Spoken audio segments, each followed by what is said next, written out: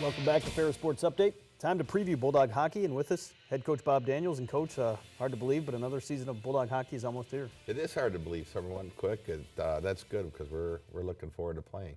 A couple weeks away. As we last spoke at the end of last season, you had just wrapped up the CCHA playoffs on the road, and now a new league, a new era as you start the WCHA. Yeah, you know, it's a different animal now, and truthfully, I'm rejuvenated by it a little bit in that, you know, you look and we're going to have 4 or 5 different opponents this year in our conference.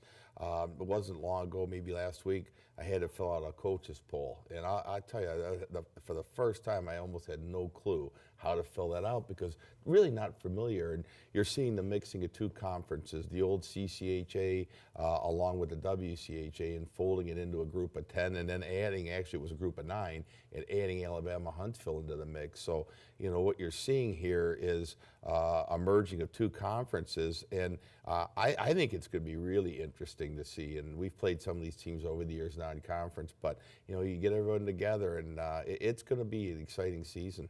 You start off the season October 5th and 6th on the road at Colgate, a non-conference series, and talk about how tough that's going to be, really limited opportunities on the ice with the guys before that first weekend. You know, Rob, it is going to be a little bit difficult.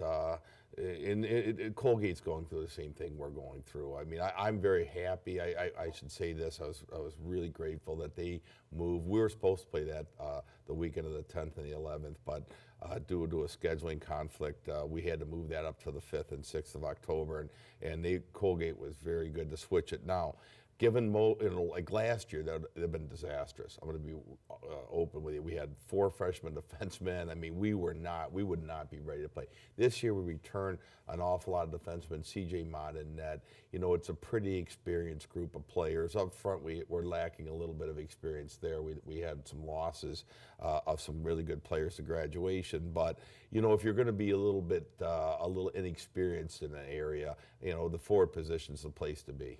Talk about some of those guys you have coming back, returning experience. Obviously, last year you had some injuries, but it gave some guys an opportunity to get some playing time. Yeah, well, really on defense. What really hurt last year was losing Scott Zardowsen in the very first game.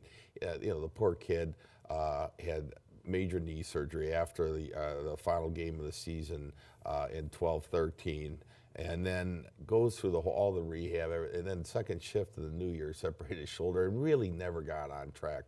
To get him back is going to be monumental. But then guys that saw a lot of ice time in his absence, Binkley, Jason Binkley, Simone Denis, Travis White, Zach Dorr, you know, just an awful lot of freshmen seeing an awful lot of ice time. Brandon Anselmini. Now all of a sudden, what really was an Achilles heel, a bit, I shouldn't say it was Achilles heel, an inexperienced position for us, is now looking really strong. And then, you know, we went into last season too with CJ, you know, not knowing. Taylor Nelson had graduated All-American. The year before, Pat Nagel, the goalie, had graduated All-American. And now we've got C.J. Mott, who had a handful of games under his belt. He steps in, and he performed great, and he's seen a lot of hockey now. So, you know, up front, we're looking for some other guys to improve, you know, not improve, but to really start making some names for themselves. Garrett Thompson's one everyone will know about, and we hope he has another really outstanding season. But Corey Kane, Justin Buzzio, Andy Huff, DiMartino. I mean, you look, we've got a lot of different guys. And then really right behind them, one guy that's looking really good in practice is Matt Robertson. I mean, he really looks good. So, you know, we're starting to see some things early on in terms of our skill development sessions with these kids that we hadn't seen prior. You have a group of newcomers coming in, a new freshman class, a good recruiting class. Talk about those guys, what type of an impact they might have. Well, that's a real difficult one. You know, these other guys I've got a gauge on from previous years.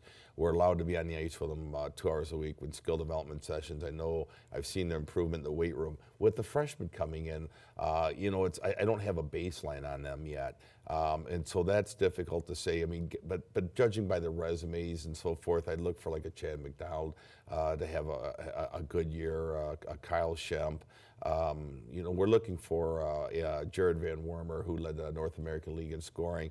We're looking for these guys to step in and make contributions. A local player by the name of Seth Adams. But, our program's always been built on developing the players, when they come in. And some of those guys, it takes time, not necessarily through the development process, but, they've got older players ahead of them, and it takes time for them to get in roles where they can really contribute. But I've always felt like when we've had our best teams, it's because our seniors, our juniors have led the way. October 18th and 19th, or that first weekend at home against St. Lawrence. Talk about the fan base, how energized they are as you get ready to head into the WCHA, and how important those fans will be. Well, you know what, our student section, it's the best in college hockey. And once again, it looks like we've sold out all the season student tickets, which is just unbelievable. Our ticket sales as a whole, our season ticket sales to the general public and students combined is at a record pace, if not already set the record. So, our rink is one of the most difficult arenas in college hockey to play in. On game night, it's electric in there. And for us, it'd probably be a good exercise for me to do, but I'd like to see what our rating percentage has been in like the last 5 to 10 years there. I think it's as difficult a place to play, and because of that, our record at home has been very, very good. This year, some new teams, as you mentioned, in the WCHA. Obviously, travel a factor, but in terms of on-the-ice play, what do you expect from some of these new schools you'll face? Wow, I look, and a lot of it's by word of mouth from just different coaches I talked to, but I know Minnesota State is poised and ready. I think they're at number 10 in the country right now in the preseason ranking. I look at their forwards, and they're really deep. Michigan Tech looks like, to me, a team that's really ready to turn the corner. Coach there by the name of Mel Pearson, 20-some years at U of M. He's in his third season at Tech now. And just looking at the roster and what they've got coming back and coming through the door, I look at that to be a very difficult team as well. And I'll say this, I think this conference, every year we're going to get, on average 3 teams in the NCAA tournament. And I think whatever 3 teams are strong enough to emerge from our conference and get into that tournament are going to be teams to be reckoned with. So I like the conference. I'm excited because there's so many unknowns, but as the season unfolds, really look forward to the opportunity to be part of what is really the most historic collegiate hockey conference in the country. Since we last talked at the end of last season, a busy summer for Bulldog hockey, another successful golf outing, and talk finally about some of those record number of alums you had that were able to sign new professional contracts. Yeah, in terms of the alums that signing, we've got an awful lot of our past players are playing at a variety of levels of pro hockey, but it looks like we're going to have at least 3, maybe 4 players in the National Hockey League, and obviously Chris Kunitz is the headliner there, but Zach Redmond, who saw playing time in the NHL last year, Greg Rilo, who played in the NHL last year, and then I think Chad Billings, who captained the Grand Rapids Griffins to their first Calder Cup.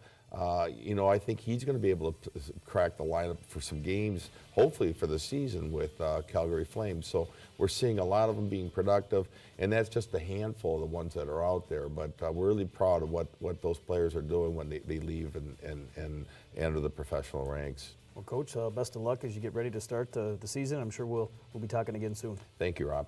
We'll be back with more Ferris Sports Update after this.